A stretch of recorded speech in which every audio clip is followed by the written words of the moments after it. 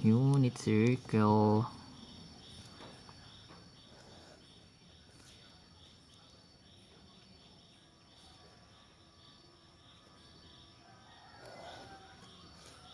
Di pantay. Pero okay lang yan. Ang mahalaga importante. Pantay na hilo ako eh.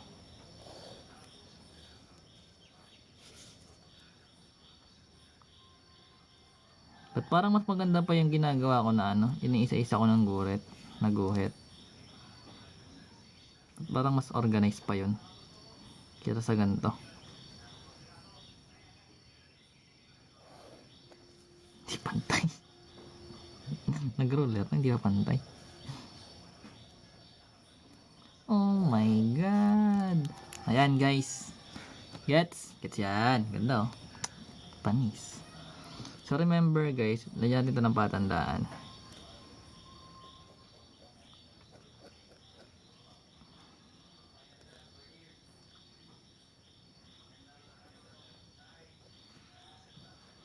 Kunin natin yung ano guys, yung value nun.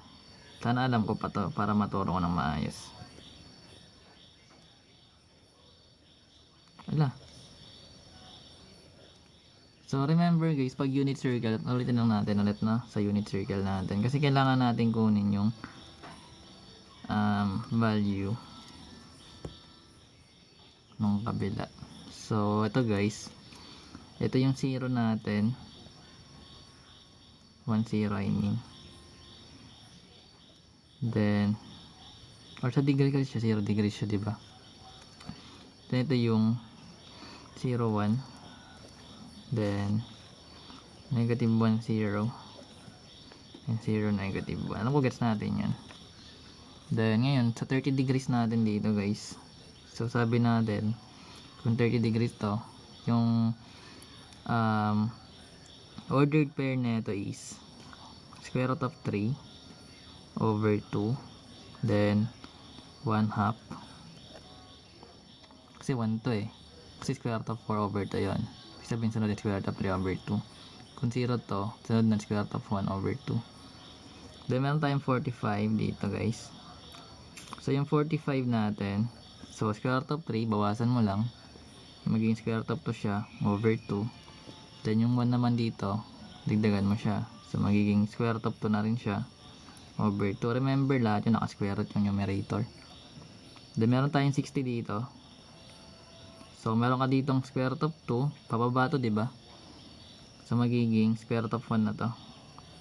Or 1 half. Then ito naman pataas. So square root of 3 over 2.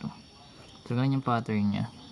Para diyan. Then pagdating naman dito, guys, kasi dito is quadrant 1. Then quadrant 2 na dito. So bali negative lang yung x value natin. Then positive yung y value.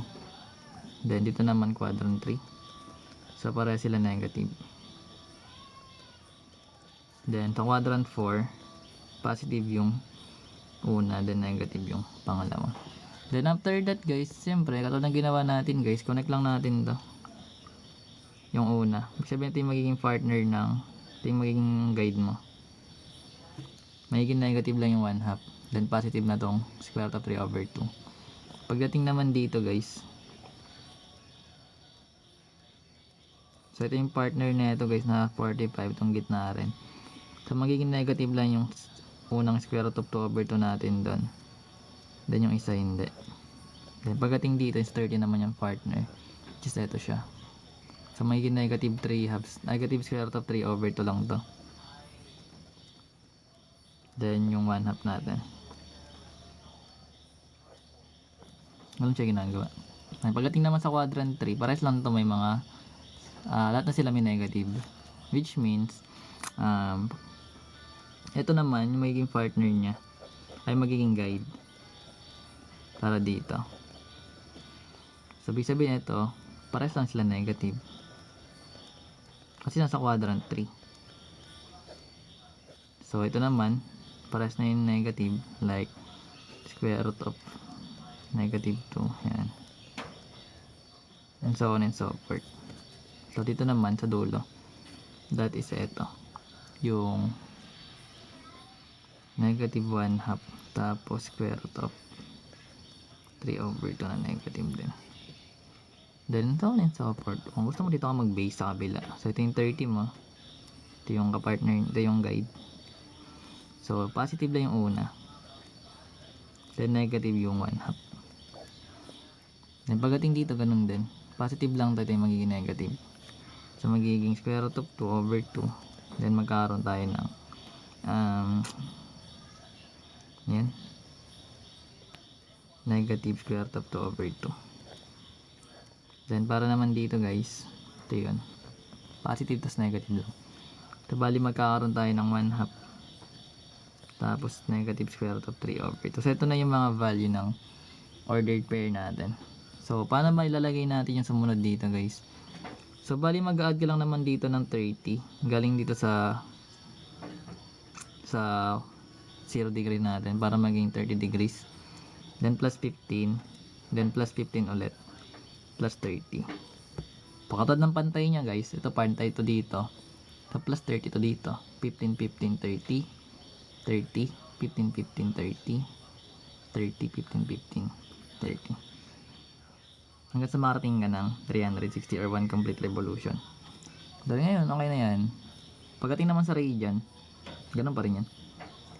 So remember,